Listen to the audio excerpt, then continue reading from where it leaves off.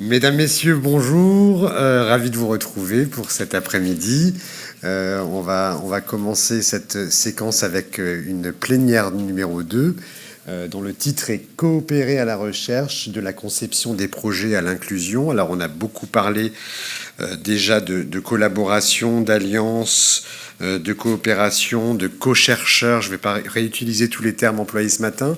L'objectif de cette plénière était un peu de voir très concrètement comment on peut imaginer cette co-construction, pardonnez-moi, d'essayer de voir à la fois les modalités très pratiques. Ce matin, on entendait des personnes malades qui disaient très concrètement il faut que j'y aille, les horaires sont-ils adaptés. C'est vraiment ça l'enjeu de cette plénière, d'essayer un petit peu de détricoter très concrètement et de manière pragmatique la participation des premiers concernés à la recherche, tout type de recherche confondue. L'idée était de vous présenter un panel d'expériences qui pouvaient être inspirants sur d'autres pathologies également, de voir concrètement les modalités, de voir les impacts positifs de manière très, très précise, et aussi de voir les limites, les vigilances, les questionnements éthiques par rapport à la participation des personnes à la recherche. Je trouve que c'est une très bonne mise en bouche par rapport aux ateliers qui vont venir. Ça va nous permettre de se remettre un petit peu le cadre et de voir de manière très concrète comment les choses peuvent être opérationnelles et l'impact que ça peut avoir sur à la fois les personnes qui y participent et les chercheurs qui inventent et qui innovent.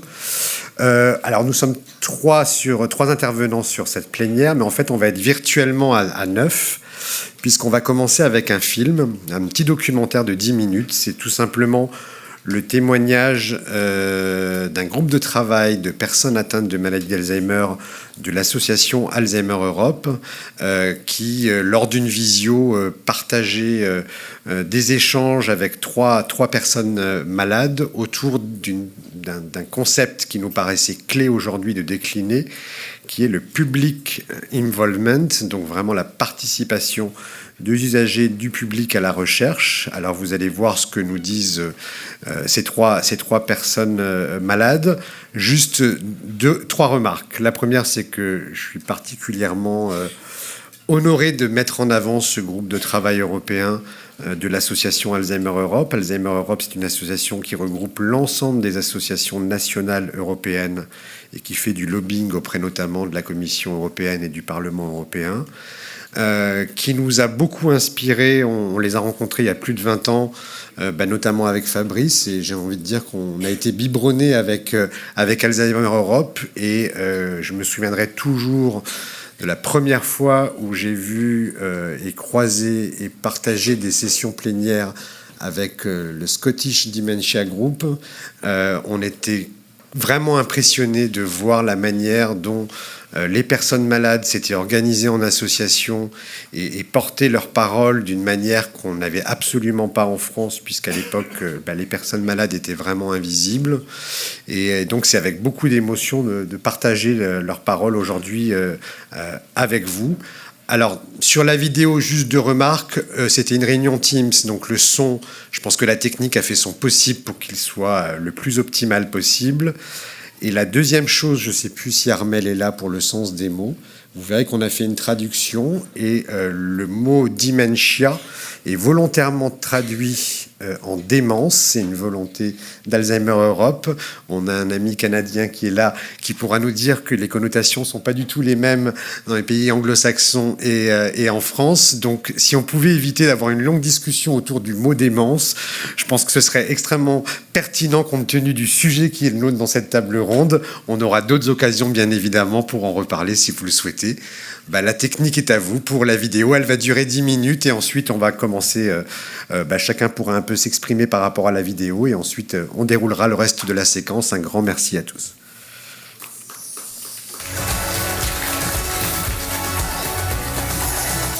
Hello, I'm Diane Gove and I'm here with my colleague Anna Diaz from Alzheimer Europe, which is an umbrella organisation of national Alzheimer associations in Europe. Alzheimer Europe is keen to promote the involvement of people with dementia in research, not only as research participants, but also in the context of public involvement. And in 2012, we set up the European Working Group of People with Dementia, which is currently composed of 14 men and women with dementia from different countries. And since then, the European Working Group has been advising researchers in the context of public involvement work. And I would now like to present Chris Roberts, Bernd Heiser, and Kevin Quaid, who are members of the executive of the European Working Group of People with Dementia. Could you briefly present yourselves? Hello, I'm Chris Roberts. I'm the current chair of the European Working Group.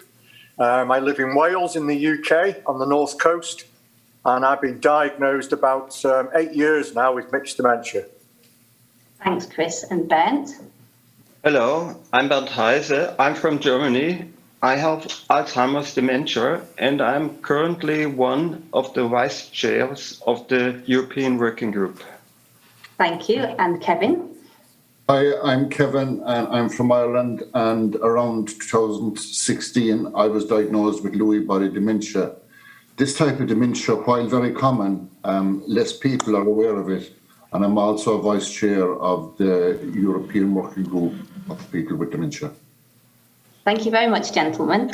So Chris, Kevin and Bernd are now going to share their perspectives and experience of public involvement work. But first, just like to thank them especially, and also the current and the former members of the European Working Group of People with Dementia and their supporters for all the valuable work that they do. It's about people affected by dementia being part of the research team. It's about being able to influence and make an impact on whatever project that we're working on. It's also about doing nothing without all of us. We all need to be involved in this. It's about working together. It's about giving opinions. It's using our own expertise, because we are experts by experience ourselves. And we don't know who we were before. We could have been researchers ourselves. We're not just people living with dementia. We can bring a different perspective to the research. It helps to ensure that the research is more meaningful to people affected by dementia. It's good for us to take part, and we need to make sure it's suitable to the needs of the people taking part in the research, and it's also a right for us to take part in research. Research not only empowers us, but it gives us hope as well.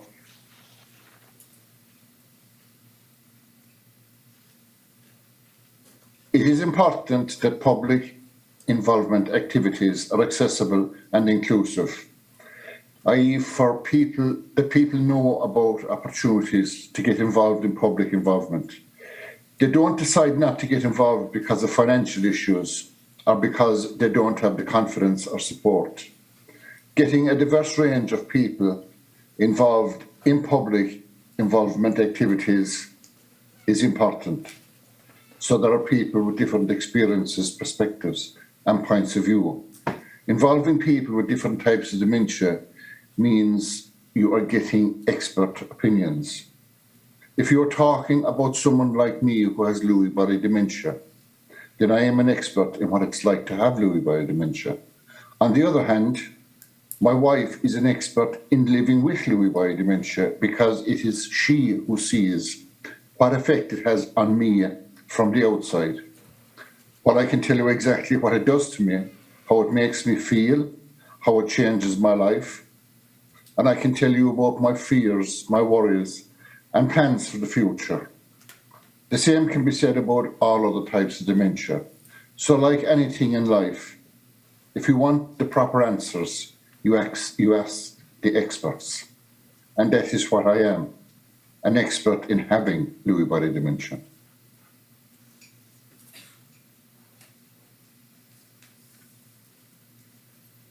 An important challenge is that there is still a lot of stigma and misconceptions about living with dementia and how people with dementia can contribute to the society. Another challenge specific to the work in the European Working Group of People with Dementia is working in public involvement activities in a language which is not your mother language. In the case of the European Working Group of People with Dementia, all the work with the group is in English. It requires more work and effort from the person with dementia. It is important to change attitudes and the way we are often perceived. With the appropriate support, we can be part of this work, and we make very valuable and relevant contributions.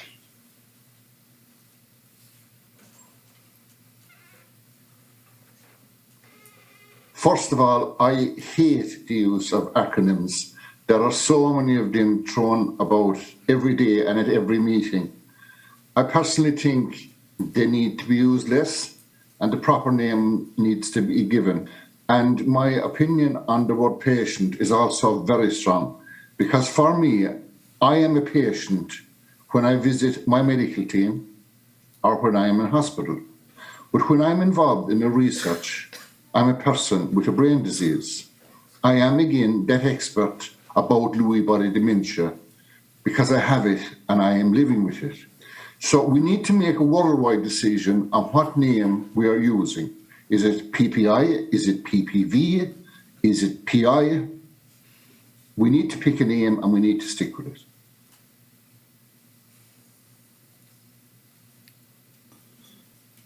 Meetings face to face are often easier for people with dementia.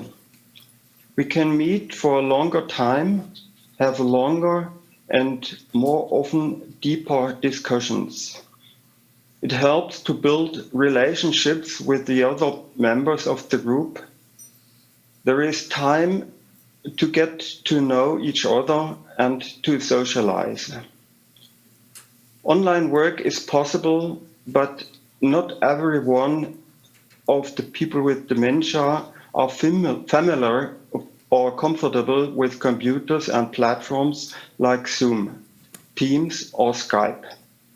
Sometimes there is no one at home who can support the person to connect, or if there are technical problems.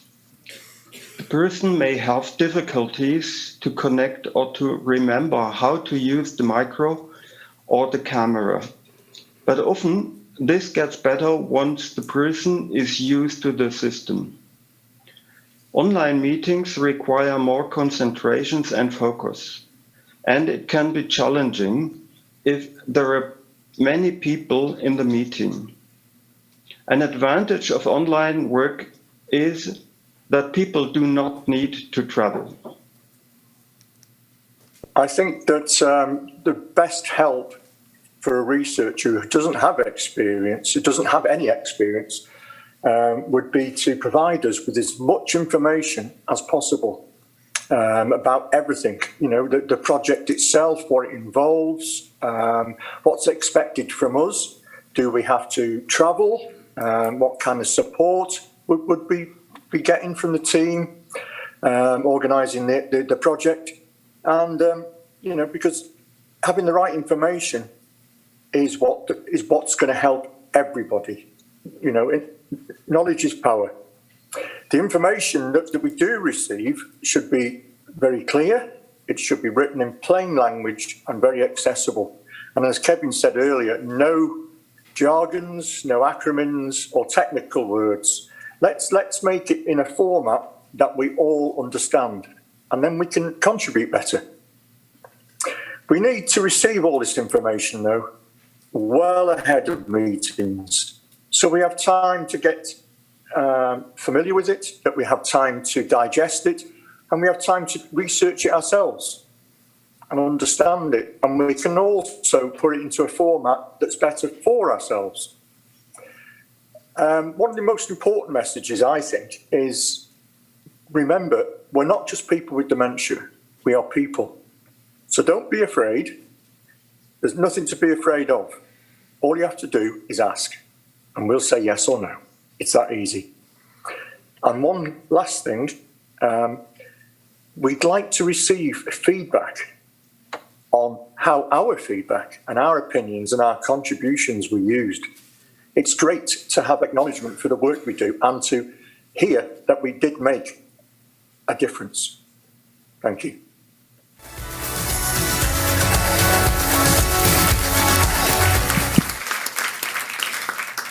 Merci beaucoup, merci à Patrice Dubosc d'avoir fait la traduction pour cette vidéo.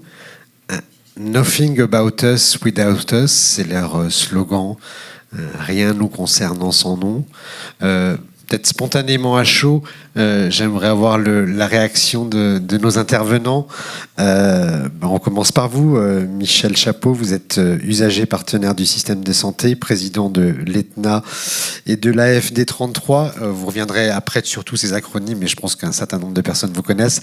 Sur ce qui vient d'être dit, peut-être deux mots rapides. C'est la deuxième fois que je vois la bulle. Je suis ému. Ils m'ont ému. Ils me brassent, ces trois-là. Et en plus, je retrouve dans ce qu'ils disent exactement ce que je trouve, moi, dans la journée, tout le temps, toute pathologie confondue, vraiment.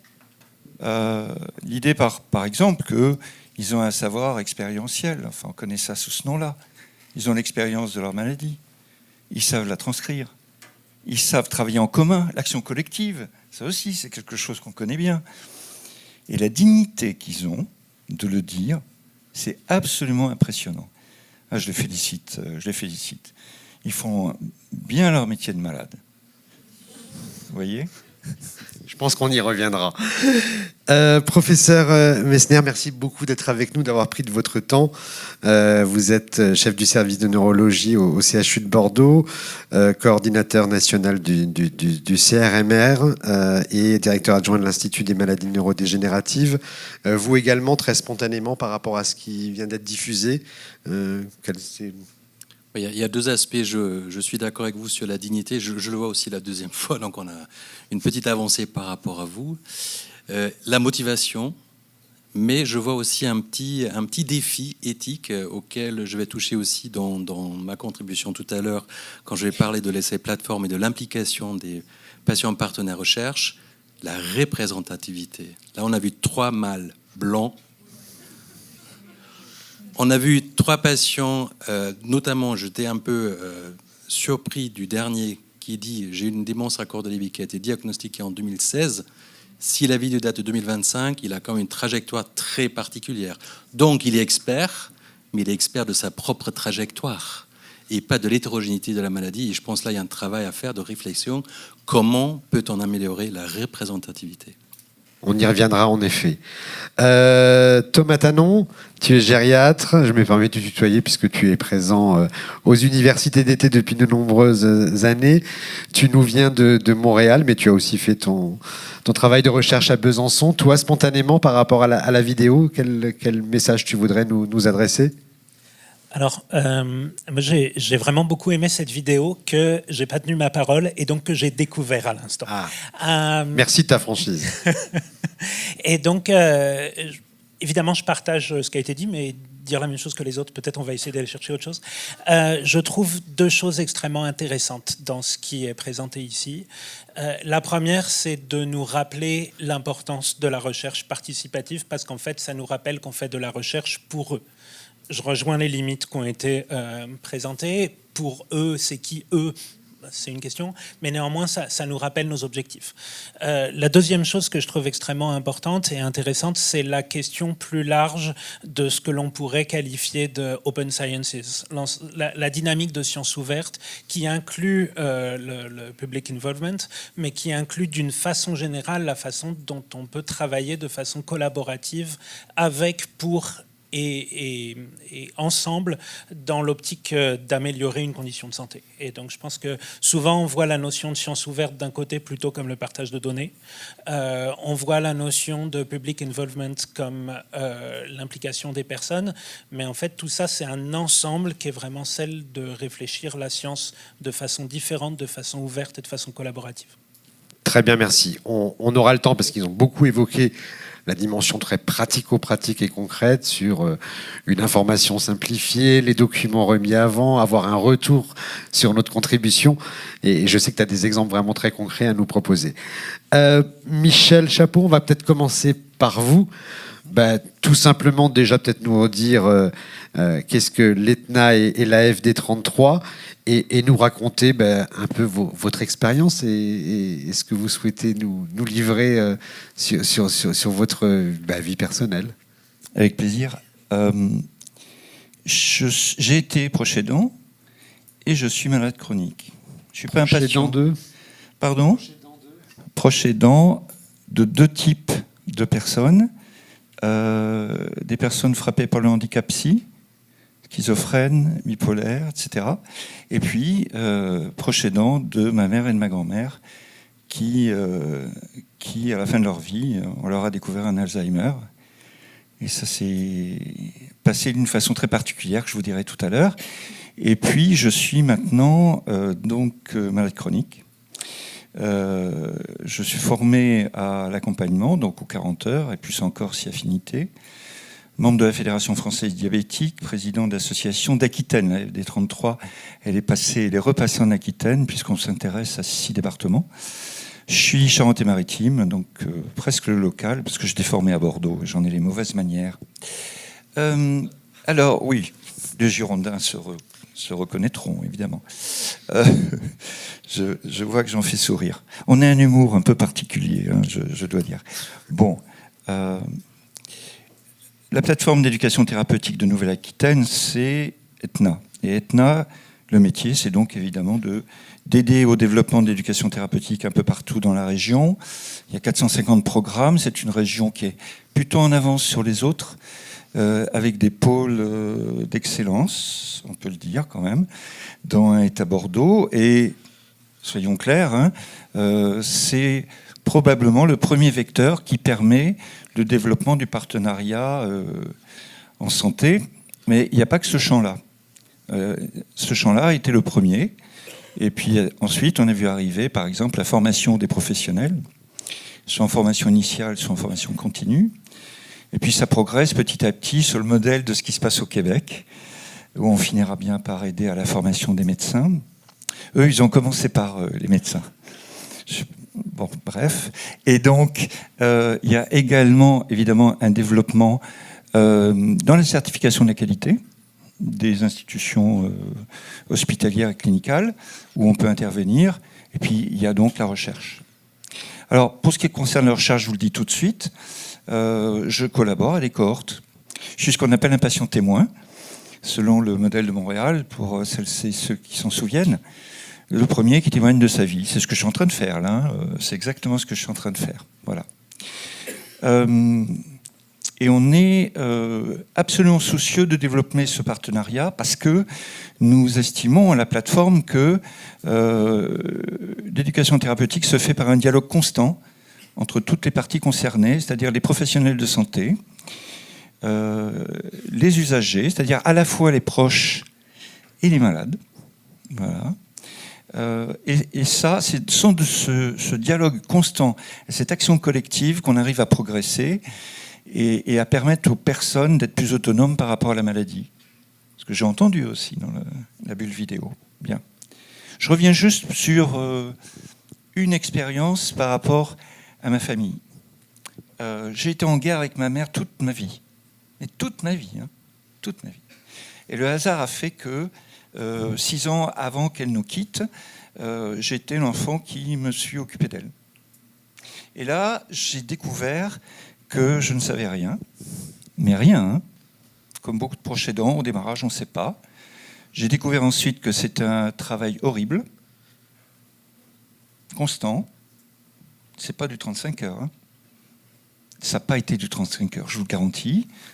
Que la notion de répit est une question extrêmement importante, c'est aussi quelque chose comme ça, et que son point de vue n'était pas le mien, le point de vue de ma mère, de ma grand-mère n'était pas le mien, le point de vue du malade n'est pas du tout celui de la personne qui accompagne. Voilà, c'est les quelques leçons que j'ai retirées de la chose, quoi. Quand on s'est eu en visio, je me suis autorisé de vous appeler patient expert et vous êtes revenu là-dessus en me disant non, je ne suis pas patient expert, je suis usager partenaire. Vous pouvez nous en dire un peu plus ? Oui, le terme de patient expert est une création, alors en France, parce que il y a moins de problèmes sur cette appellation-là ailleurs, mais quand même, ça chatouille. En France, le terme a été créé par quelqu'un qui est aujourd'hui le président de France Assos Santé, qui s'appelle Gérard Raymond. Il y a quelques années, enfin avant 2000, il a créé ce terme avec des diabétos du côté de la PHP. Bon. Et il a dit oui, parce qu'il a une expertise. Mais j'ai entendu quelqu'un dire que oui, il a l'expérience et l'expertise de sa maladie. Je suis diabétique. Et des diabétiques, il y en a beaucoup plus de types de diabète différents, et de modes de soins, et d'expériences de vie, en fonction de l'âge, en fonction du genre aussi, qui font que, vous savez, le diabète, c'est toute proportion gardée quelque chose comme le cancer, ça recouvre tout un tas de choses relativement différentes. Et aujourd'hui, on en trouve des formes, des trucs et des machins. J'ai dit, pour ce qui me concerne, le terme d'expérience révulse certains professionnels qui opposent à mon savoir, le fameux savoir expérientiel, le savoir qui leur a été transmis dans un processus académique. J'ai dit, je laisse tomber l'expertise. Mais par contre, ce qui est sûr, c'est que je veux faire du partenariat avec eux. Parce qu'à mon avis, ma conception de la chose et la conception qu'ils ont, de tous les professionnels, ça nous donne une vision complète du problème. Vous savez, c'est l'histoire de l'éléphant. J'ai fait mes études à Kedge, et ce que vous appelez Kedge maintenant. Et à Kedge, qui est une école de management, on racontait l'histoire de l'éléphant. Pour les services d'entretien, c'est la trompe. Vous voyez ce que je veux dire ? Pour le comptable, c'est la queue, etc., etc. Eh ben, en réalité, le travail aujourd'hui en médecine qui fait face aux médecines chroniques, pour moi, c'est un travail collectif qui se fait avec tout le monde, y compris avec le malade, en tant qu'acteur de sa santé, pas bénéficiaire. Je ne suis pas un bénéficiaire, je ne suis pas un bénéficiaire. Tout le monde en est, à mon avis. Voilà. Vous avez quelques exemples de co-construction de manière très concrète, de participation à la recherche, à nous partager avec peut-être aussi les points de blocage, mais aussi les effets positifs qui ont pu découler. Très concrètement, cette session, elle est vraiment dédiée aux modalités concrètes et pratiques. Si vous pouviez nous dire comment ça se passe. Alors, j'ai contribué en tant qu'administrateur à la construction, au développement du Diabète Lab. Le Diabète Lab est un laboratoire sociologique, comme son nom l'indique, et qui s'intéresse beaucoup aux habitudes et aux pratiques des diabétiques. Donc, j'ai participé à la construction de la plateforme, en veillant à ce que la parole des usagers soit respectée. J'ai participé également une fois ou deux à la co-construction d'un cahier des charges. Et puis, j'étais amené à m'intéresser à la façon dont les rapports étaient lus. Ou pas. Et c'est là que je me suis aperçu que on a beau faire le meilleur travail du monde, le plus beau travail du monde, le plus efficace, le plus utile, si on n'arrive pas à communiquer au-dessous, eh ben, ça ne marche pas. Mes constats, ils sont très simples. À la co-construction, l'idée que, effectivement, je l'ai entendu, un projet qui n'est pas fait sous le regard des personnes que ça concerne, il peut échapper à tout le monde. J'ai un voisin là qui racontera des trucs. Voilà. Et puis de l'autre côté, un rapport illisible ne sert à rien. C'est à telle enseigne que je fais partie des gens qui militent pour que les documents soient lus de la façon la plus compréhensible. Vous savez, le fameux « facile à lire et à comprendre ». Bon, ben, moi, je souhaite que les rapports de recherche soient accessibles via le FALC, mais je ne suis pas certain qu'on y arrive, surtout en recherche fondamentale. Ça m'étonnerait. Très bien. Je vous repasserai la parole tout à l'heure. Professeur Mesmer, par rapport à votre projet de plateforme, enfin qui n'est pas un projet, qui est une vraie recherche extrêmement ambitieuse, internationale, peut-être nous dire 2 mots sur ce qu'est cette recherche et puis sur la manière dont vous avez conçu la participation des personnes concernées, puisque je crois qu'il y a des groupes de travail qui ont été prévus. Peut-être quand même donner un peu de contexte sur le développement thérapeutique. Bon, les essais thérapeutiques dans le domaine de la maladie d'Alzheimer, de la maladie de Parkinson et d'autres domaines existent depuis toujours. Concernant la maladie de Parkinson, il y avait toujours 2 approches. Une approche pour essayer d'améliorer les symptômes concrètement, ça veut dire de développer un médicament qui immédiatement va permettre aux patients de se sentir mieux, que ce soit par rapport à la lenteur, au tremblement, au cinéma moteur. Donc il y a quand même tout un tas d'autres symptômes dont nous sommes bien conscients aujourd'hui qui ont une importance sur l'impact de la qualité des patients. Et puis il y a un autre concept qui est peut-être un peu plus compliqué d'ailleurs à comprendre pour les patients, et il faut vraiment bien l'expliquer, c'est les études dont l'objectif est de faire ralentir la progression. Et là on revient comment une personne peut imaginer que la courbe de mon destin change. Et aujourd'hui, on est plutôt dans le développement de ce type d'essai, puisque aujourd'hui, il n'existe au moins dans le domaine de la maladie de Parkinson pas de traitement efficace permettant de retarder la progression de quelques années pour que les patients et les aidants vivent dans des meilleures conditions. Et en fait, ce qui est un frein, c'est que quand vous faites aujourd'hui un essai thérapeutique, je peux peut-être revenir, ça fait aussi un petit pont avec le diabète, puisque nous avons tout justement mené un essai thérapeutique de phase 2. Donc phase 2, ça veut dire que c'était 160 patients avec quand même une évaluation de l'efficacité d'un antidiabétique dans le cas de la maladie de Parkinson. Donc la question était, est-ce qu'un antidiabétique dans le cas de la maladie de Parkinson permet de ralentir la progression? Donc c'était un essai avec 160 patients. En France, 24 centres experts Parkinson ont contribué les patients. On a commencé à travailler sur ce projet en 2013 et on a publié les résultats en 2024. Ça vous montre le temps nécessaire. Bon, là, c'était un essai académique. Quand on est, on va dire, dans un contexte industriel, les choses sont plus rapides, mais on n'est pas au niveau du développement d'un vaccin Covid. Ça veut dire que le développement en neurologie en général, c'est entre l'entrée, après la validation dans les modèles précliniques cellulaires, 10 à 15 ans, avant que le médicament, s'il est validé, s'il a vraiment franchi les différentes étapes, arrive sur le marché. Et donc l'idée est quand même aujourd'hui de se dire c'est très très lent et de faire chaque fois une étude, regarder ce qui se passe, repartir sur une étude, regarder ce qui se passe.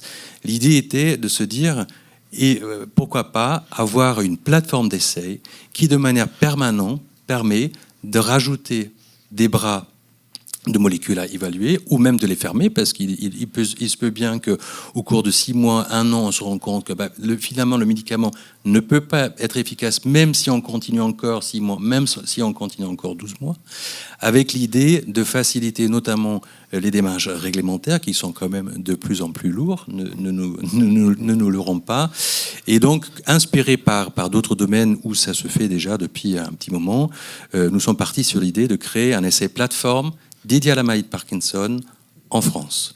Et ces plateformes, dans les phases 2, je m'explique, dans le développement, il existe différentes phases de développement, 1, 2, 3. La une, en général, la première phase, c'est vraiment dans un petit groupe de volontaires, souvent sains d'ailleurs, de s'en assurer que la tolérance et la sécurité est bonne avant qu'on passe à la phase 2 qui va impliquer les patients, où on commence à réfléchir sur différentes doses, quelle est la meilleure dose, regarder l'efficacité, éventuellement les marqueurs biologiques, avant de passer à la phase 3, qui est vraiment la phase solide pour démontrer que la molécule marche. Et donc, on est parti sur un essai plateforme de phase 2, inspiré d'ailleurs par cet essai avec l'antidiabétique, où on s'est rendu compte que dans une population de patients en début de maladie qui sous stable traitement, ça marche plutôt bien. On a pu retenir quasiment tous les patients. Il y en avait 4 seulement sur 12 mois qui ont arrêté ou qui ont été perdus de vue.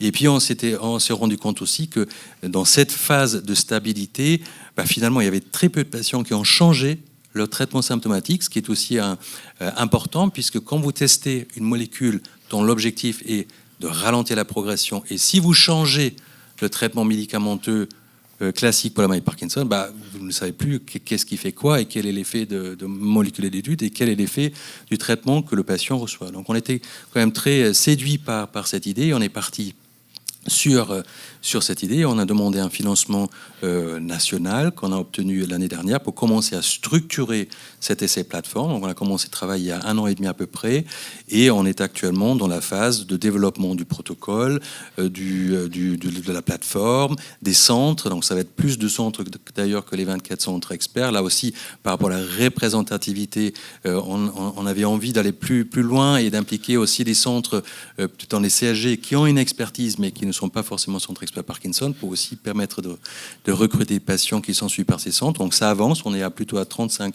centres, et dès le début d'ailleurs, nous sommes approchés de France Parkinson, qui est partenaire de l'essai plateforme, qui implique l'APHP, donc c'est l'APHP qui est le promoteur, France Parkinson, l'INSERM et le centre, le réseau NSPARC, qui est le réseau de recherche des centres dédiés à la maladie Parkinson. Et donc France Parkinson était très présent dès les débuts, va certainement aussi financer un bras de molécules à tester. Et dès le début, nous avons commencé à réfléchir, mais comment on peut avoir une implication plus forte de patients partenaires dans la conception de cette plateforme, qui se décline en plusieurs groupes de travail, classiques, gouvernance, puis les aspects financiers bien entendu, puis la logistique, comment organiser la plateforme, la sélection des molécules, parce que qu'est-ce qu'il faut tester, qu'est-ce qui est pertinent à tester, et puis le schéma d'études. Le schéma d'études, ça veut dire le protocole, les visites, le contenu des visites, la longueur des visites, la longueur du protocole.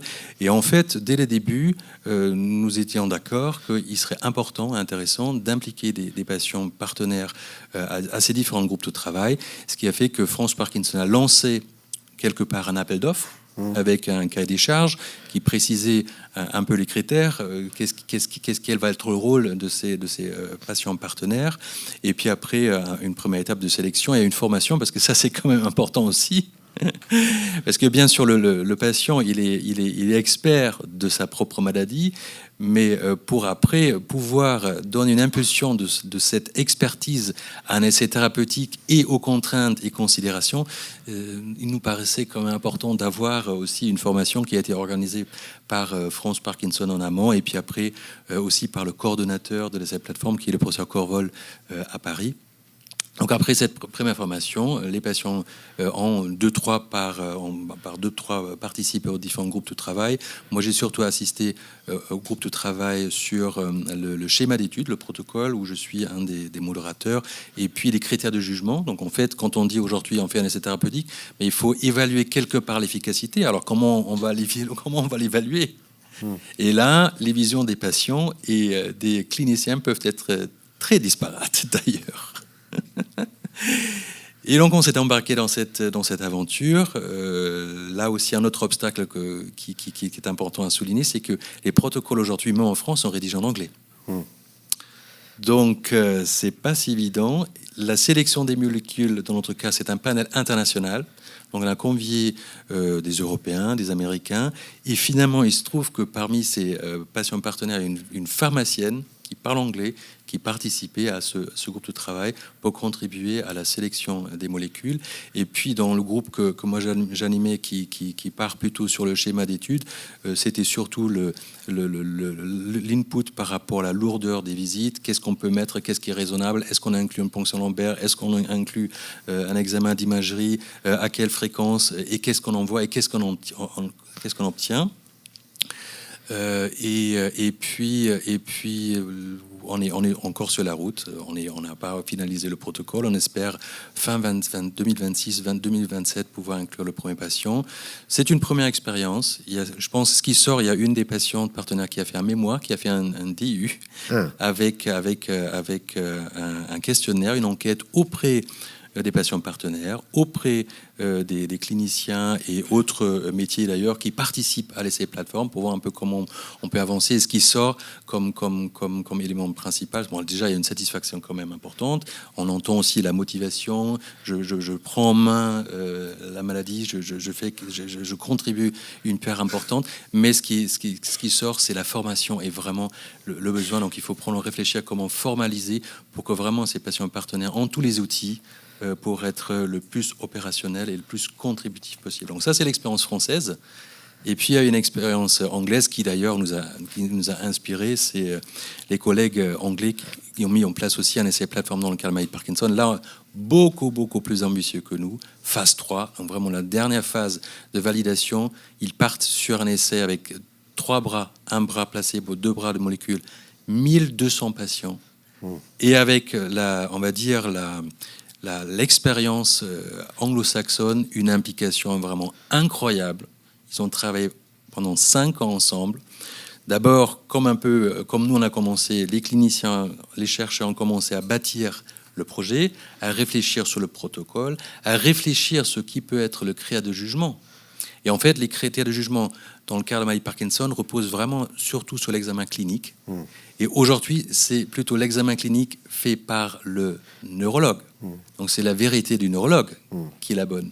Et puis, au fur et à mesure, quand même, il faut dire que les agences réglementaires ont dit c'est très gentil, mais quand même, la perspective du patient nous paraît important, sachant que dans ces échelles existent aussi des sous-questionnaires où c'est le patient qui dit alors, par rapport à la lenteur, par rapport au tremblement, par rapport aux difficultés de marcher, comment je me vois, par rapport aux signes non moteurs, comment est-ce que je suis triste, comment est mon sommeil, comment est-ce que j'ai un problème de salivation. Et en fait, dans l'essai des Anglais, ils sont partis d'abord sur le questionnaire qui évalue les signes moteurs, donc classiques, maladie Parkinson, on dit moteur, classique, comme critère de jugement principal. Ils ont fait un travail avec les patients partenaires qui allait beaucoup plus loin parce qu'ils ont créé un groupe de travail, ils ont fait des questionnaires après sur le plan national, ils sont reposés sur des résultats qui existaient déjà depuis 10 ans. Et finalement, qu'est-ce qui s'est passé ? Ils ont fait basculer le critère de jugement principal, qui est aujourd'hui devenu un critère de jugement composite de la perspective des patients des signes non moteurs. Pour être sincère, il n'existe pas beaucoup de données sur comment ces scores progressent au cours du temps. Est-ce qu'il y a vraiment des changements suffisamment sensibles pour pouvoir capturer un effet d'une molécule ? Donc d'autres défis qui se posent, mais ce qu'il faut retenir, c'est que ce travail en Angleterre a abouti à un changement du critère de jugement principal. Merci. On reviendra. Je sais que vous vouliez également nous partager des questionnements éthiques un peu plus généraux. On a parlé de diversité tout à l'heure. Vous vouliez revenir là-dessus. Je vais passer la parole à Thomas. Et puis j'ai quelques questions concernant votre protocole. Toi, tu voulais vraiment nous présenter des exemples très concrets de participation. Alors, je sais que tu es sur un protocole de recherche lié à un produit de nouvelles technologies. Enfin, tu vas nous l'expliquer. Et tu voulais un petit peu nous partager de la conception jusqu'au résultat, parce que je pense que tu as une très belle entre guillemets histoire à nous raconter sur les résultats qui prouvent quand même les limites et les points de vigilance à avoir. J'espère qu'un jour l'histoire sera belle. Voilà. Merci. Merci de l'invitation, par ailleurs. Ça me fait plaisir d'être là. Peut-être pour pouvoir expliquer un peu de façon concrète ce partage d'expérience, je vais vous emmener un peu avec moi dans ma recherche pour que vous compreniez concrètement ce que je fais. Donc, juste pour clarifier, je suis gériatre et chercheur désormais à l'Institut universitaire de gériatrie à Montréal. Je suis aussi professeur chez IVADO, qui est le consortium d'intelligence artificielle à l'Université de Montréal. Et vous entendez pas beaucoup d'accent québécois, parce qu'en fait, ça fait 3 ans que je vis au Québec, mais j'ai été formé en France. J'ai fait commence un peu quand même. De neurosciences. J'ai fait une thèse de neurosciences à l'Université de Franche-Comté où j'étais gériatre précédemment, mais cette partie-là, on va en parler dans l'atelier qui vient après. Oui, parce qu'on exploite nos intervenants, ils sont à la fois en plénière et en atelier, mais tu as tellement de choses à nous livrer qu'on ne pouvait pas s'en priver. Je vais simplement vous donner les conclusions de l'atelier de tout à l'heure. Non, plus spécifiquement les conclusions de ma recherche initiale, qui était en fait que le principal enjeu quand on cherche à évaluer en neurosciences la capacité d'une personne à décider pour elle-même quand elle a une maladie d'Alzheimer, c'est pas en fait la capacité décisionnelle, parce que c'est un terme bien vague, c'est les enjeux autour de la prise de risque et de la gestion des risques. Et donc, ça m'a amené petit à petit à travailler sur les enjeux dans le quotidien de la négociation du risque dans le vieillissement à domicile. Il a été abordé ce matin pendant la plénière, la table ronde, la question de la nosognosie. Ben, en fait, c'est aussi quelque chose qui est beaucoup revenu dans mes travaux. Et comment peut-on prendre une décision appropriée pour soi-même si on oublie qu'on oublie ? Finalement, on va prendre une décision qui nous paraît appropriée, sauf qu'on ne se souvient plus de sa propre condition, et donc on va prendre une forme de risque déraisonnable, non pas liée à des aptitudes de planification ou de stratégie cognitive, mais simplement, il y a aussi ça dans la maladie d'Alzheimer, mais simplement, dans le cas de la nosognosie, lié au fait que si je me souviens pas que j'ai un certain nombre de déficits, je vais me penser le mois d'avant, et donc je vais prendre des décisions basées sur le mois d'avant, qui peuvent entraîner des prises de risque potentiellement déraisonnables ou inconsidérées par rapport à ma condition actuelle. Et donc, sous ce regard-là, c'est intéressant d'essayer de changer un peu notre vision de la maladie d'Alzheimer. Dans le grand public, on parle souvent de maladie de la mémoire. D'ailleurs, on a des CM2R. On est très centré sur la mémoire, ce qui est vrai sur le plan neuropsychologique du terme, mais en fait, dans la pratique quotidienne, les personnes vivant avec une maladie d'Alzheimer ont plutôt un défaut d'adaptabilité qu'un défaut de mémoire en tant que tel. Le déficit d'enregistrement nous amène à ne plus se souvenir de nouveaux événements et donc à avoir un défi d'adaptabilité. Et donc, si la personne qui vit avec une maladie d'Alzheimer a un défi d'adaptabilité, il faut considérer ne pas lui demander de s'adapter à un nouvel environnement, changer de lieu de vie, etc. Il faut plutôt considérer adapter l'environnement à la personne. Et ça, c'est quelque chose qui devient petit à petit envisageable grâce à l'évolution des technologies, et notamment des technologies dites intelligentes. Les environnements vivants intelligents, pour franciser un terme un peu plus utilisé en anglais, les Smart Living Environment, c'est donc toute cette logique de capteurs, que ce soit à l'intérieur du domicile ou à l'extérieur. On va parler de semelles intelligentes dans un instant. Et ces capteurs, médiés par des logiques d'algorithmes dits intelligents, vont permettre de solliciter une organisation des soins un peu différente, d'alerter un besoin de service au bon moment, selon les enjeux vécus par la personne. Ça, c'est la théorie. En pratique, on n'en est pas encore là.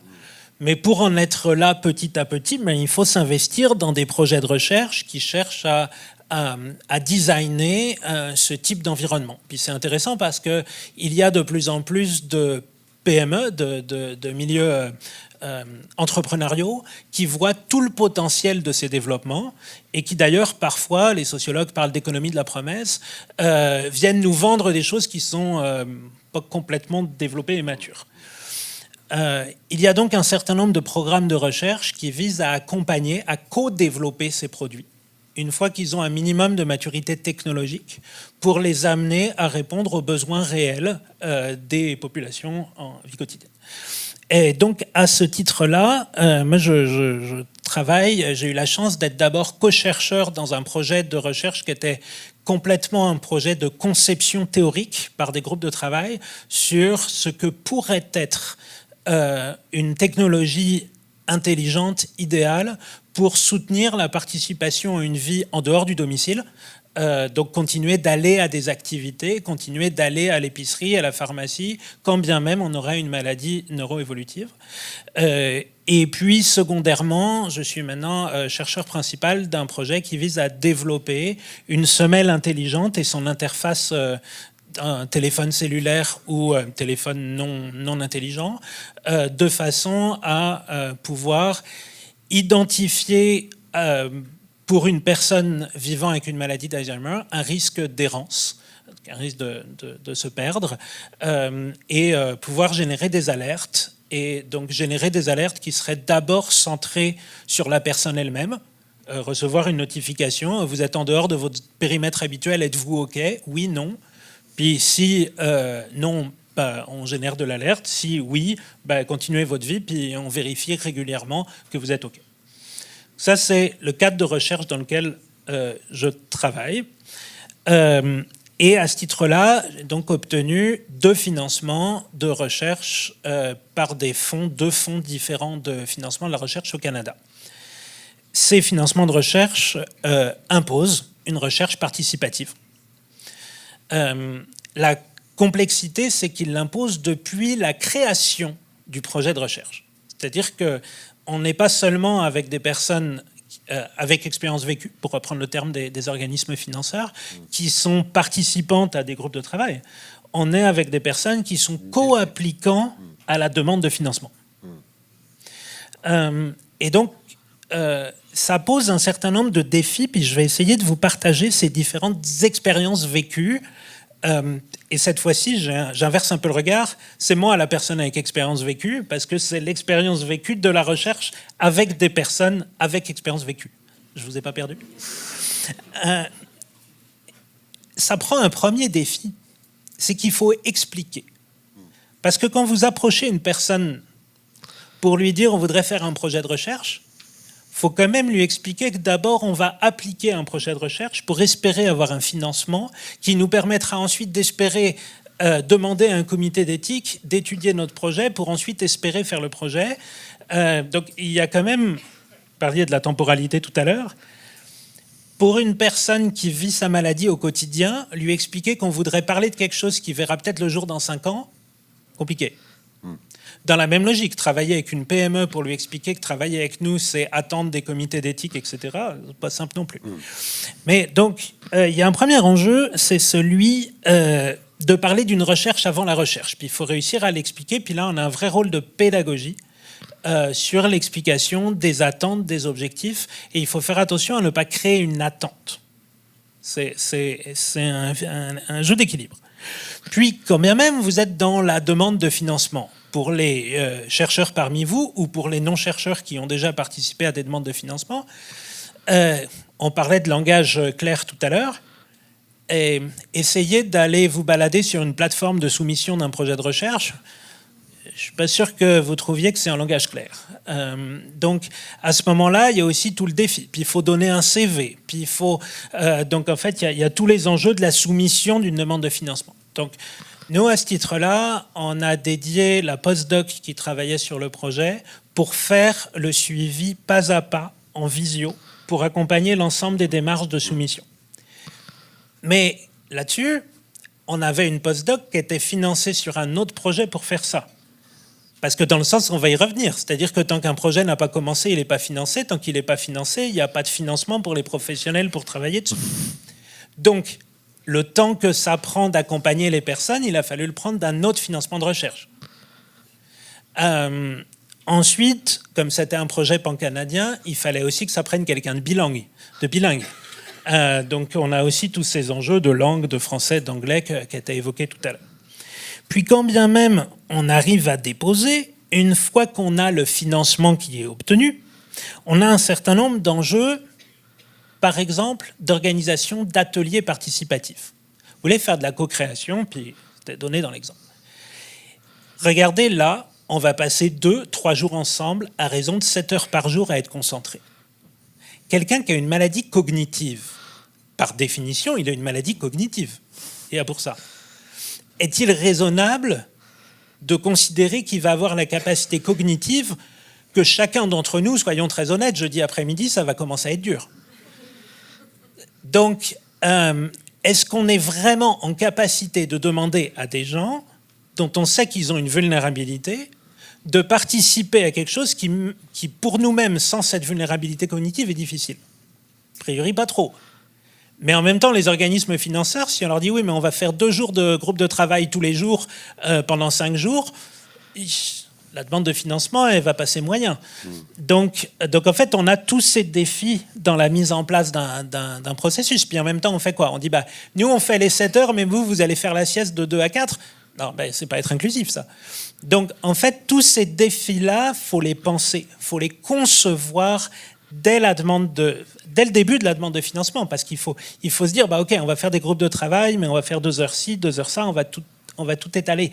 Donc, on a vraiment ce défi, puis j'ai noté tout au long du processus là pour essayer de ne pas oublier, mais ça nous pose quand même un certain nombre de questions.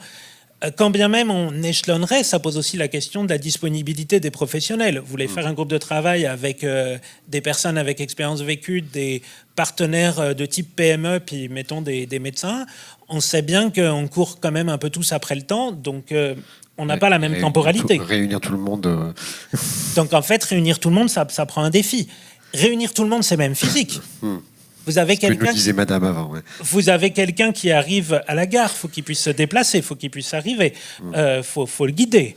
Donc en fait, ça prend tous ces enjeux-là, et quand on a une maladie qui inclut des enjeux de planification, c'est pas juste rendez-vous lundi matin 8h à tel endroit, c'est pas possible. Donc en fait, il faut planifier l'ensemble, et ça vous prend des ressources. Mais aujourd'hui, les organismes subventionnaires vous disent qu'ils veulent des patients avec expérience, mais ne vous financent pas l'ensemble des ressources qui seraient nécessaires pour l'accompagner. Donc en fait, il y a toute une sensibilisation à faire aux organismes subventionnaires pour avoir ça. Et puis après, on a un défi. Et c'est là où on va arriver dans l'histoire qu'on a illustrée, c'est qu'on a fait des groupes de travail avec 2 types de personnes avec expérience vécue. Des gens qu'on est allé recruter, qu'on signait un consentement à la recherche, puis tout ce qui va bien. Et puis avec des gens qui étaient les co-applicants de la demande de financement. Mais ceux-là, pour un certain nombre de questions autour notamment de la propriété intellectuelle, ils ne signent pas un consentement à la recherche. Ils font partie des applicants. Donc, en fait, le consentement est lié même à leur statut de PI ou de co-PI, si on peut dire ça comme ça. Donc, ça pose toute la question de la persistance de leur consentement dans le temps, de leur compréhension du fait qu'eux, ils ne signent pas, parce qu'en fait, il y a une notion de propriété intellectuelle de leur participation même au projet. Et ce qui découle de ça, c'est qu'on a ensuite fait un article. Un article de l'ensemble des auteurs et co-auteurs, en fait l'ensemble des applicants au financement de recherche. On avait réfléchi ensemble au modèle conceptuel et au protocole. Et donc, dans les bonnes pratiques de recherche, on essaye de publier un protocole avant de faire la recherche. Donc, on a soumis notre protocole et notre réflexion conceptuelle avec tous les applicants à la demande de financement comme co-auteurs. Et on a évidemment décrit qui on était pour montrer l'hétérogénéité. Et ça nous a donné quelque chose de très curieux. C'est qu'en fait, notre article scientifique, comme dans toute revue scientifique, a été d'abord évalué par des réviseurs, des reviewers externes, qui nous ont demandé 2-3 corrections, des révisions mineures. On a fait ce qui était demandé. Puis les reviewers étaient OK avec la scientificité de notre article. Pour eux, c'était bon pour publication. Et à ce moment-là, l'éditeur a refusé notre publication. Il l'a refusé au nom de la déclaration d'Helsinki, dont on parlait ce matin, et du fait que nous avions des personnes vulnérables qui n'avaient pas signé de consentement à la recherche. Ça vous dit où on en est de la notion de public involvement? C'est-à-dire que moi, je l'ai toujours un peu au travers de la gorge, je pense que ça se sent, mais on a un bel article scientifique, enfin, évidemment, mais qu'on ne peut pas diffuser. Donc là, on a envoyé une demande de révision en disant « Merci pour votre avis, mais on pense que vous vous trompez », puis on a argumenté. Je ne sais pas encore ce que ça en est, mais voilà, je pense qu'il y a toute une discussion, c'est que la recherche avec des personnes avec expérience, c'est pas juste un label et un effet de mode. Et donc, si les personnes avec expérience vécue ne veulent pas juste être utilisées pour dire « Regardez, on fait de la recherche avec vous parce que c'est ça qui fait chic en 2025 », ben, c'est l'ensemble du modèle de recherche qu'il faut repenser, et notamment, excusez-moi d'être bassement matérialiste, mais parce que ça coûte cher, parce qu'on ne peut pas fonctionner pareil. Et donc, c'est même les organismes subventionnaires à qui il faut qu'on demande de réfléchir différemment le financement de la recherche. Merci, je vois beaucoup de personnes acquiescer et à mon avis partager des propos. Peut-être sur ce qui vient d'être dit, vous vouliez réagir parce que je sais que lors de la visio, vous aviez vous aussi réagi directement à ce que vient de nous présenter Thomas. Et puis je vous redonnerai aussi la parole. J'ai commencé à détester, hein. J'ai commencé par détester. Puis après, j'ai réfléchi parce que j'ai une culture juridique. Donc, l'idée que ce rapport au consentement, bon, ça posait problème. Mais ce que je crois surtout, c'est que fondamentalement, même si on est dans le système de santé où graduellement, l'idée de partenariat de personnes de différents statuts ça commence à rentrer dans les consciences, ça commence à être appliqué. Mais finalement, est-ce que c'est le cas pour le grand public? Est-ce que c'est le cas pour l'ensemble du système? Non. En fait, non. Et en fait, c'est bien ça. Moi, derrière tout ça, il y a l'idée que toujours les malades chroniques, et certains d'entre eux, et je ne dis pas qui, mais vous le savez, c'est des citoyens de troisième zone. C'est ça qui me choque horriblement. Et je suis un tenant des valeurs républicaines. Il est temps de les appliquer. Voilà. Professeur, par rapport à l'illustration de Thomas, est-ce que vous vouliez nous apporter un peu vos réflexions? Et je sais que de manière plus générale sur la diversité, vous aviez avancé quelques arguments qui me paraissaient intéressants de partager. Je partage tout à fait l'expérience de la logistique importante, de la planification des réunions, du débrief après. Donc en fait, ce qui s'est passé ce qui se passe après les réunions de l'essai plateforme, c'est que la responsable scientifique de France Parkinson réorganise des visios pour débriefer sur les sujets. Elle partage en amont aussi les informations, ce qu'on avait entendu aussi tout à l'heure dans la vidéo. Donc la préparation est vraiment importante, avec un temps limité. On l'avait vu, on avait fait une assemblée générale en début de l'année à Paris, et effectivement, en début de l'après-midi, c'était difficile aussi pour les cliniciens après le repas, mais c'était plus particulièrement difficile pour les patients de rester bien vigilants et de participer. Donc il faut vraiment bien réfléchir en amont. Et bien entendu, tout cela complexifie les projets de recherche. Il y a d'autres questions. Donc il y a la question aussi sur la rémunération des patients. Il y a la question sur la confidentialité. Donc nos patients partenaires ont signé un agrément de confidentialité. Il y a aussi la question sur les conflits d'intérêts ou liens d'intérêt, ce qui n'est pas forcément un lien d'intérêt avec l'industrie pharmaceutique, mais comment un patient partenaire va se comporter si son neurologue qui le suit est aussi dans le comité. Donc il y a tout un tas de questions à voir. Sur la diversité et l'inclusion, vous aviez dit tout à l'heure, je vois que trois hommes blancs. Je sais que durant notre échange, vous vouliez revenir là-dessus, sur cette question-là de la diversité, qui était un vrai sujet pour vous. Ça va même au-delà. En fait, il faut aussi, là on parle de patients partenaires, mais parlons aussi de la participation, de l'accès des patients à la participation à l'essai thérapeutique. Et quand vous regardez nos essais dans le monde occidental, c'est 90% de blancs et une grosse partie d'hommes. Donc, quelle est la représentation? Alors, ce qui est très intéressant, quand vous publiez dans des revues prestigieuses anglo-saxonnes, à un moment donné, après ces premières étapes, si vous avez survécu les premières étapes d'évaluation, les rapporteurs disent, scientifiquement parlant, c'est OK, c'est là où l'éditeur va dire, mais il manque un truc dans votre papier. Il faut un petit tableau où vous indiquez combien de blancs, combien de noirs, combien de hispaniques, combien de personnes d'origine asiatique. En France, on n'a pas le droit de récolter cette information, donc on peut tout justement dire, on ne sait pas. On pense on représente quelque part, mais on ne sait pas. Et après, donc ça c'est la première remarque par rapport à la représentation.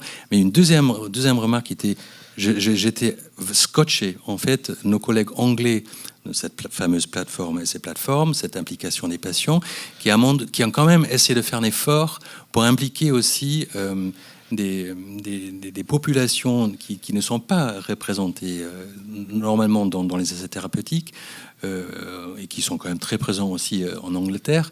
Et la réflexion qu'ils ont eue par rapport à l'inclusion, aussi la participation des essais, j'étais vraiment surpris, c'est que certains patients d'origine indienne ou d'origine africaine ont dit, mais écoutez, vous êtes venus il y a quelques années, quelques dizaines, quelques centaines d'années chez nous pour nous colonialiser, et maintenant vous souhaitez qu'on soit cobaye dans vos essais? Là aussi, il y a beaucoup de travail encore à faire. Thomas, tu as fait des recherches en France. C'est un peu à chaud, là. Spontanément, par rapport à cette question de la co-construction, de la conception, de la participation des usagers, qu'est-ce que tu vois comme levier là au Canada ou des freins chez nous qui permettraient de promouvoir, de continuer à favoriser sur l'ensemble de ces pathologies-là? Je sais que tu l'as pas trop réfléchi, on le fait de manière un peu spontanée, mais de ton expérience de chercheur, si tu avais un ou deux messages, parce que je vois Fabrice prendre beaucoup de notes, et l'idée, elle est quand même d'essayer de livrer à la communauté un peu des grands principes qui nous permettent d'encourager, de favoriser cette co-participation. Si tu avais spontanément des idées forces à nous soumettre et de ton expérience entre les deux pays. Je vais peut-être répondre à peine à côté, mais c'est pas grave. Mais c'est des pistes de réflexion qui me viennent. J'aime bien l'idée de parler du côté anglo-saxon puis du côté français, en ayant effectivement une historique de recherche en France, en faisant ma recherche au Québec et dans le reste du Canada. Ouais, en fait, il y a une différence. On se rend compte qu'il y a une forme de pragmatisme qui est probablement un peu aussi ancrée dans une approche culturelle. Mais tout à l'heure, il y avait cette discussion sur le fait qu'il ne faut pas qu'on ait un débat autour du mot démence, ce n'est pas le débat. Le mot démence n'est pas le débat, mais je pense que le débat est quand même là. C'est-à-dire où est-ce qu'on veut aller et quels mots on utilise pour parfois être quand même assez direct dans nos approches. Et donc il y a toute une vision assez intéressante, je trouve, et je le vois moi dans la façon dont je collabore avec des personnes au Québec, avec des personnes en France ou avec des personnes en Ontario ou en Colombie-Britannique. Il n'y a pas du tout la même approche. Mes collaborateurs en Ontario notamment ont vraiment une approche naturellement très inclusive et où on nomme directement les choses. Et je pense qu'on a un enjeu autour de nommer les choses dans la langue française, qui a ses forces. On sait dire des choses de façon beaucoup plus subtile, mais qui a aussi parfois ses limites dans un rationnel et dans un pragmatisme scientifique. Très bien. On a une dizaine de minutes de questions-réponses. Alors peut-être davantage. Je sais qu'il y a beaucoup de chercheurs qui participent à ces universités d'été. Si vous souhaitez nous livrer une expérience de co-construction avec des personnes malades ou d'écueils ou de limites que vous avez pu observer ou simplement poser des questions à nos intervenants, la parole est à vous. Et je crois que professeur Bulac voulait déjà intervenir. Si on peut juste... Merci. C'est au premier rang. Professeur. Oui, merci beaucoup pour cette table ronde très, très intéressante. Je voudrais m'adresser à Vassilios. Vous avez dit que donc les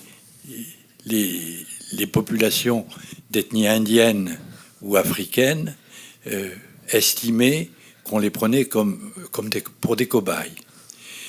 Est-ce que pour autant ils en ont tenu compte? Et est-ce qu'il y avait dans l'essai, est-ce qu'il y avait des personnes de ces populations?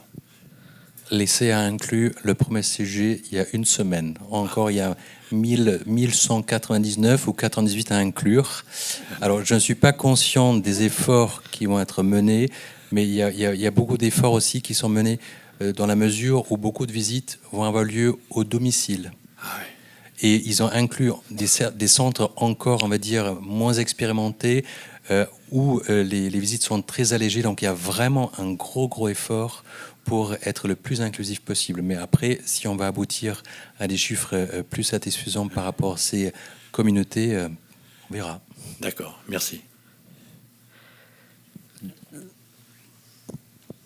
Juste pour aller un peu au-delà dans votre question, puis c'est juste une piste parce que j'ai pas la réponse, mais je me suis pas encore lancé dans ce champ de recherche qui est très complexe pour un immigrant qui arrive au Canada. Mais la recherche avec les personnes vivant dans le milieu autochtone au Canada est un excellent exemple des enjeux qui peuvent être soulevés. Et il y a de la recherche, y compris médicamenteuse, qui existe. Alors là, j'ai un autre exemple. J'ai vécu 1 an en Nouvelle-Zélande. Et en Nouvelle-Zélande, il y a vraiment une inclusion des Maoris remarquable. Donc si vous faites un projet de recherche et vous n'avez pas impliqué les Maoris et aussi considéré par rapport aux aspects particuliers, il y a peut-être un peu plus de maladies cardiovasculaires, et vous ne tenez pas compte, vous n'allez pas être financé. Et dans votre démarche de chercheur, et j'ai vraiment beaucoup de regrets, quand j'étais, mes collègues, ils ont passé 2 jours dans un marais. Et tout justement, pour avoir une idée du concept de la démence, c'est pas du tout le même concept. Et j'ai beaucoup, donc là, c'est très fort. Et c'est en fait ce qui est assez incroyable. En Nouvelle-Zélande, c'est très fortement impliqué. Il y a cette implication. Et en Australie, il y a un contraste de dingue.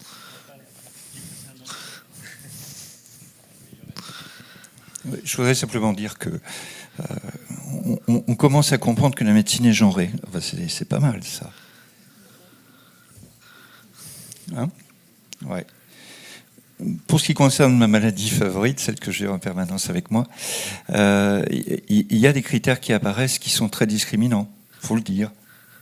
Le genre, l'âge et la culture. Alors pour la culture, moi je laisse ça aux anthropologues. On peut peut-être tourner la question, parce que c'est vrai que je trouve que c'est un vrai gros problème qu'on a dans ce pays, de ne pas arriver à déterminer le côté ethnique des choses, parce qu'on sait que politiquement ça implique tout un tas de... Voilà. Mais sur le plan scientifique, je pense que ça ruine une partie du travail. D'autres commentaires, expériences à partager? C'est vrai qu'on était sur la recherche clinique, mais je pense à nos chercheurs en sciences humaines et sociales également, où il y a des enjeux et des sujets importants. Thibaut, et après j'ai vu une dame là-bas, c'est ça? Pardon. Oui, bonjour, merci beaucoup pour cette table ronde passionnante.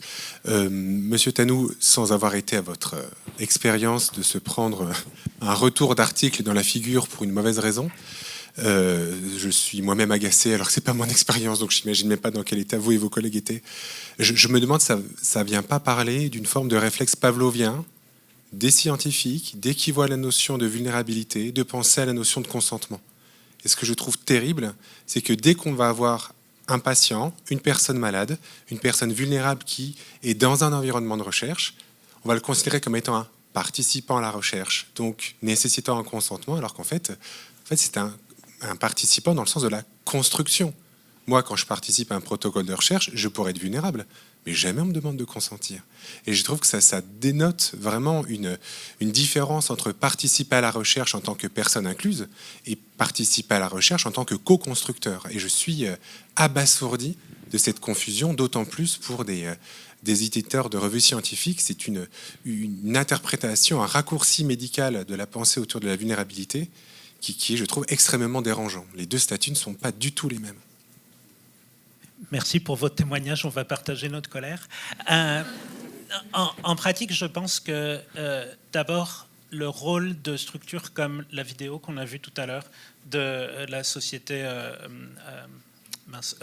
l'association Alzheimer Europe, avec tout ce lobbying autour du public involvement, est vraiment clé pour que petit à petit les mentalités changent.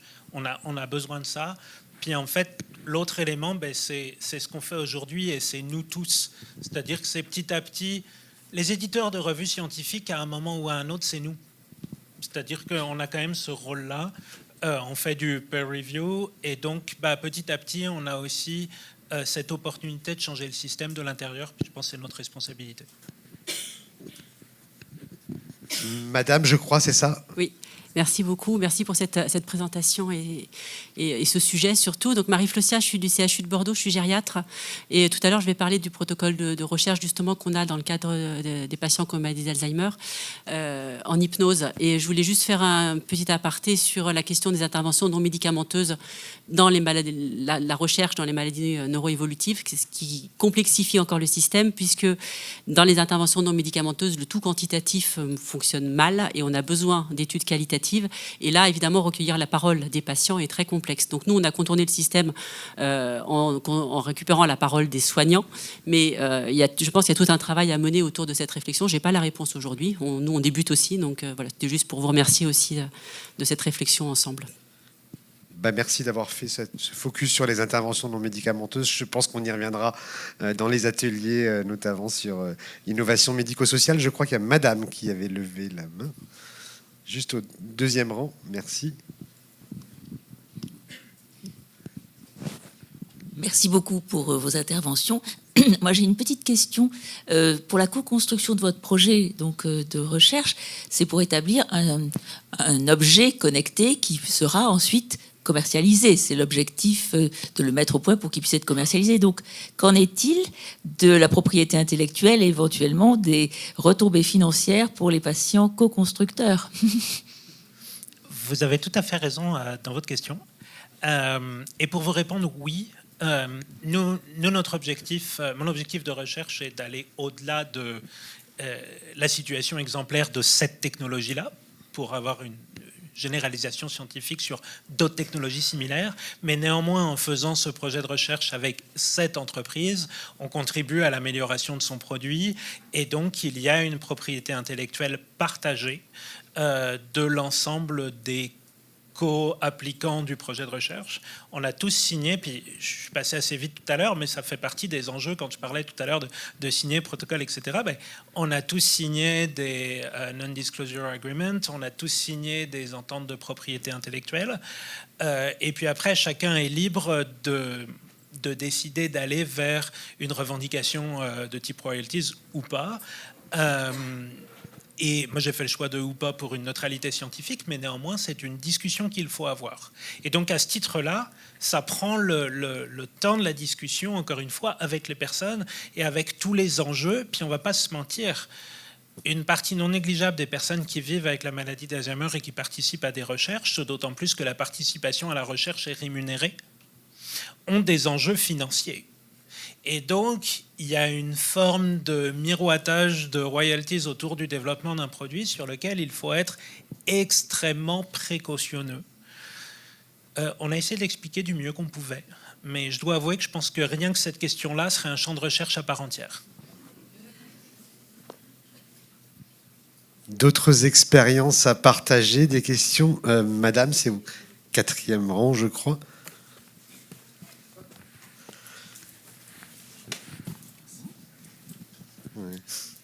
Bonjour, merci. Juste vous présenter, oui. Oui, bien sûr. Une réflexion sur ce que vous avez apporté. Alors, je vais me présenter. Je suis médecin. Alors, je suis médecin pédiatre. Je suis à l'autre extrémité, mais très intéressée par cette université d'été, justement parce qu'on s'interroge dans le cadre de mon unité de recherche clinique sur Paris sur toute cette notion autour de la population vulnérable. Et donc, on vient s'intéresser. Et donc, vous nous apportez énormément de choses depuis ce matin.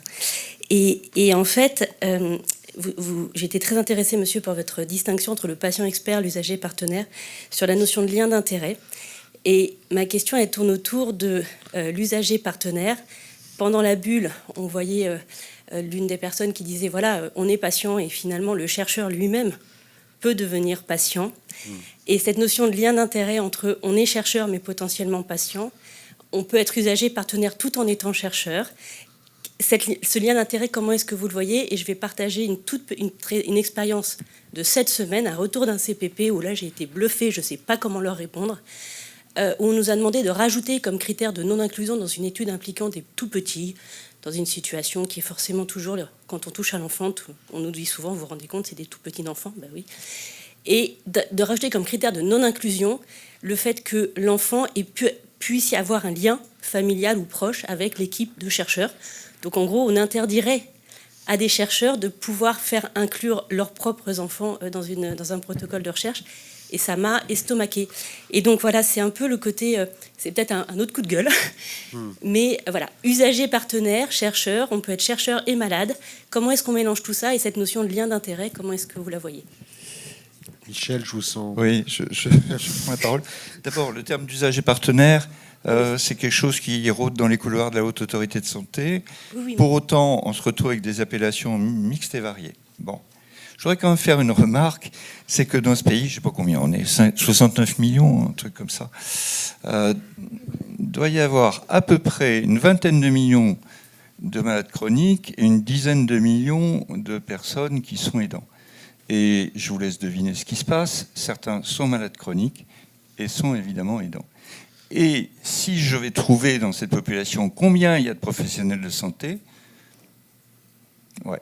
Donc en réalité, à l'intérieur de la même personne, ça c'est de la schizophrénie sociale, hein, voilà, cohabitent un certain nombre d'individus dont les attentes, les postures, l'intérêt, etc. C'est variable. Mais nous avons une solution. Elle est éthique. Elle est éthique pour ce qui me concerne. Quand j'ai commencé à bosser sur ces questions-là, tu ne pouvais pas être professionnel de santé et malade. C'est pas possible. Après, j'ai rencontré des professeurs de diabétologie qui étaient diabétiques. Je ne dirai pas les noms. OK ? Ou des directeurs généraux d'ARS, enfin. Il faut être très clair. Mettons un directeur général d'ARS qui est concerné par une pathologie. Est-ce qu'il ne va pas être tenté de donner la préférence ou l'inverse ? Vous me suivez là ? Donc en réalité, on est face à un problème éthique qui doit être réglé sous cet aspect-là. Pour moi, il est essentiel. On ne peut pas séparer les choses. Vraiment pas. C'est ma position. Hein. Une dernière remarque, un dernier commentaire, une dernière question. Ben écoutez, Fabrice, je trouve que cette plénière a été une mise en bouche des ateliers qui vont suivre et qui vont permettre de continuer à décortiquer les différents enjeux de la recherche. Donc je voudrais qu'on applaudisse et remercie nos intervenants.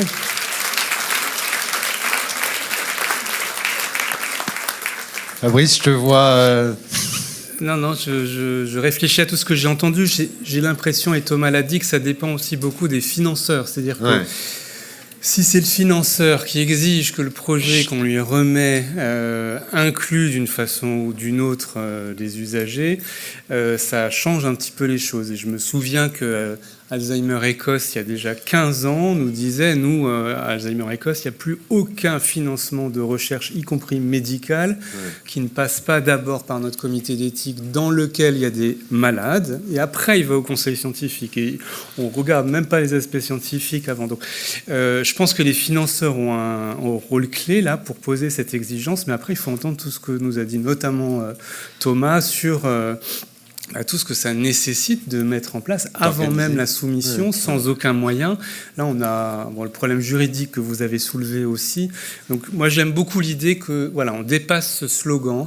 On ne peut plus en rester au slogan de la participation, de la co-construction, etc. C'est des affaires trop sérieuses pour que l'utiliser comme un slogan. Mais par contre, je ne suis pas sûr que je mesurais tout à fait avant cette plénière à quel point juridiquement, financièrement, en termes d'organisation même concrète, ça pose quand même des problèmes vraiment, vraiment sérieux. Merci à tous.